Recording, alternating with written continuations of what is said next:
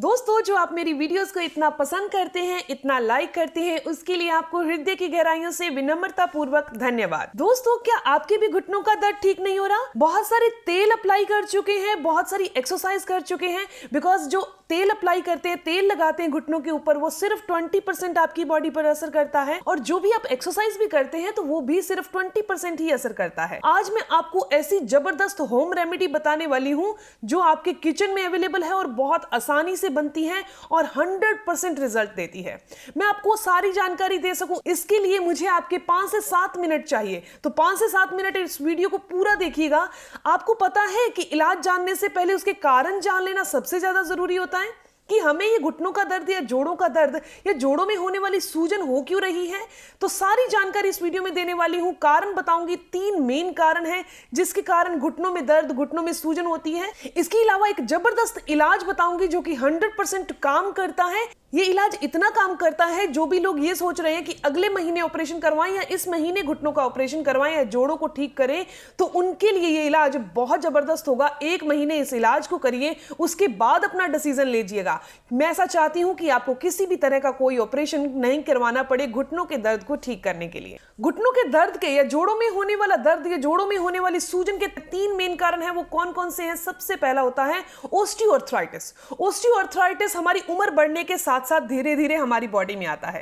ये हमारी हड्डियां घर्षण करती रहती हैं आपस में, और धीरे धीरे उम्र जैसे जैसे बढ़ती जाती है तो 2 हड्डियों के बीच का जो फ्लूइड होता है, जो लिक्विड होता है, जो कार्टिलेज होते हैं, वो धीरे धीरे घिसने लगते हैं, जिसे ग्रीस नॉर्मल लैंग्वेज में कहा जाता है और साइनोवियल फ्लूइड साइंस की लैंग्वेज में कहा जाता है। तो वो धीरे धीरे कम होना शुरू हो जाता है, जिसके कारण ओस्टियोआर्थराइटिस हो जाता है। ओस्टियोआर्थराइटिस कभी भी 1 दिन में, 1 महीने में नहीं होता, ये धीरे धीरे हमारी बॉडी में आता है। जैसे जैसे उम्र बढ़ती जाती है, हमारी हड्डियों में वियर एंड टियर्स होते रहते हैं, टूट फूट होती रहती है, उसके कारण ही ओस्टियोआर्थराइटिस होता है। इसमें कौन सा इलाज आपने करना है मैं आपको बताऊंगी। दूसरा कारण होता है रूमेटॉइड अर्थराइटिस। रूमेटॉइड अर्थराइटिस छोटी उम्र में भी हो जाता है। ये बॉडी के अंदर टॉक्सिन्स यानी कि कचरा इकट्ठा होने से होता है।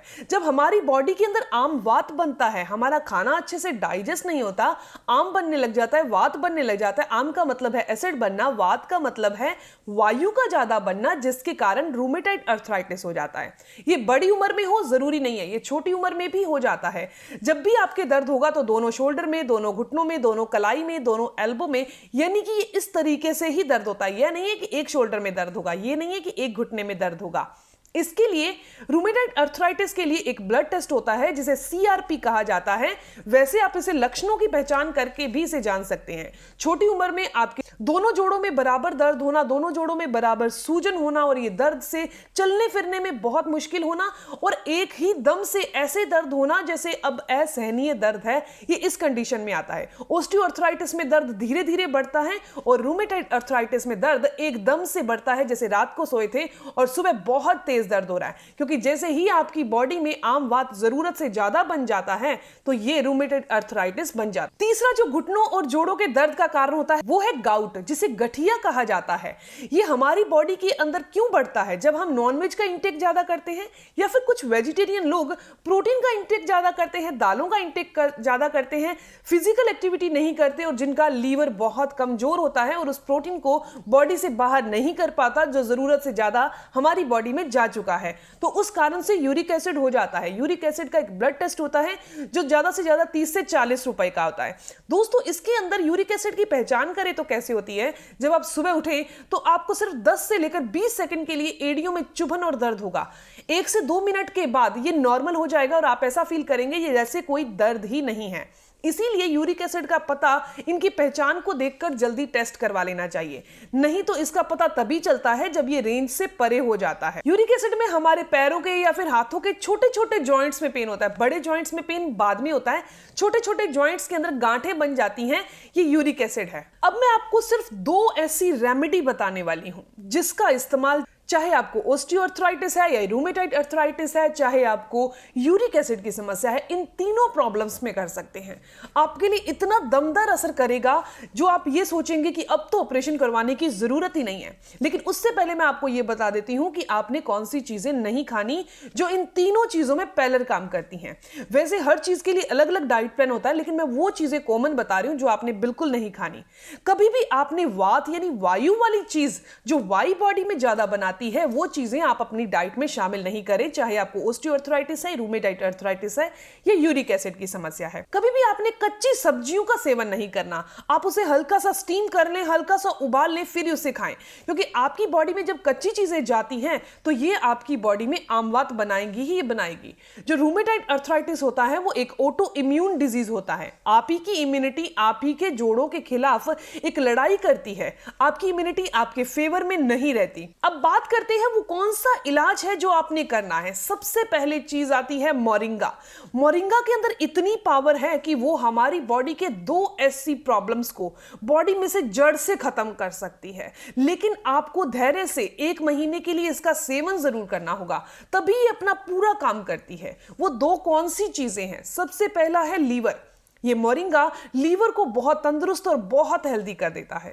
अगर कोई इंसान ये कहे कि उनका इंडाइजेशन की प्रॉब्लम बहुत ज्यादा है, फैटी लीवर की समस्या हो चुकी है, खाना अच्छे से डाइजेस्ट नहीं होता, खाना अच्छे से पचता नहीं है, तो ये लीवर को बहुत हेल्दी कर देता है मोरिंगा। जब हमारा लीवर अच्छे से काम करता है, हमारी बॉडी में आम वात नहीं बनता, गैस एसिडिटी नहीं होती, तो हमारी बॉडी के अंदर खाना अच्छे से डाइजेस्ट होता है और कहीं भी सूजन होना या जोड़ों का दर्द नहीं होगा। हमारे लीवर का अच्छे से काम करना बहुत जरूरी है। दूसरी जो मोरिंगा की प्रॉपर्टी है वो है जोड़ों के लिए। जोड़ों के अंदर होने वाला जितना भी इन्फ्लेमेशन है, यानी कि सूजन है, जोड़ों के अंदर जितनी भी कार्टिलेज घिस चुके हैं, ग्रीस खत्म हो चुकी है, उसे बनाने के लिए बहुत फायदेमंद है मोरिंगा। इसका पाउडर का इस्तेमाल आप कर सकते हैं। मोरिंगा के पत्तों को ले लीजिए, उन्हें अच्छे से धोकर छाया में सुखा लीजिए। आधा चम्मच की मात्रा में आपने खाने से आधा घंटा बाद में खाना है। ये मोरिंगा का पाउडर आपने खाना खाने से आधा घंटा बाद में खाना है, पाउडर के फॉर्म में पानी के साथ लेंगे।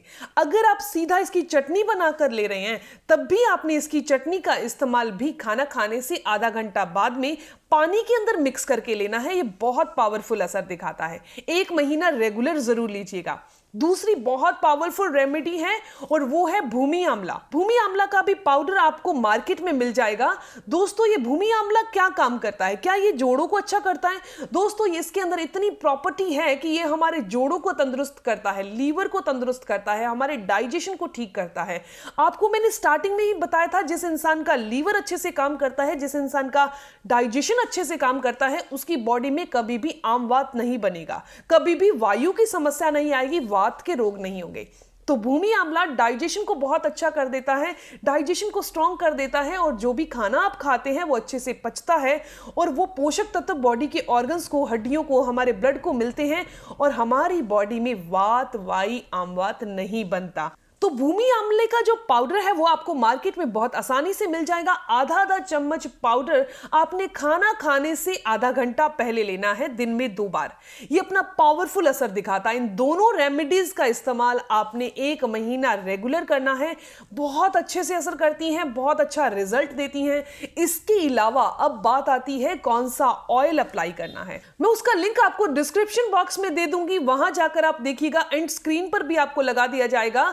दोस्तों, इसमें तिल के तेल के अंदर आपने कपूर ऐड करनी है, कैसे बनाना है वो सारी रेमेडी उसमें दी हुई है। मैं उम्मीद करती हूं कि ये जानकारी आपके लिए बहुत फायदेमंद होगी और आपको ये वीडियो अच्छी लगी तो आप इस वीडियो को जरूर लाइक कीजिएगा और चैनल को सब्सक्राइब कर लीजिए ताकि मेरी आने वाली हर एक नई वीडियो की इंफॉर्मेशन, उसके अपडेट्स मिलते रहे। मिलते हैं दोस्तों नेक्स्ट वीडियो में, तब तक के लिए stay healthy, always be happy. Thank you for watching my video. Okay, bye.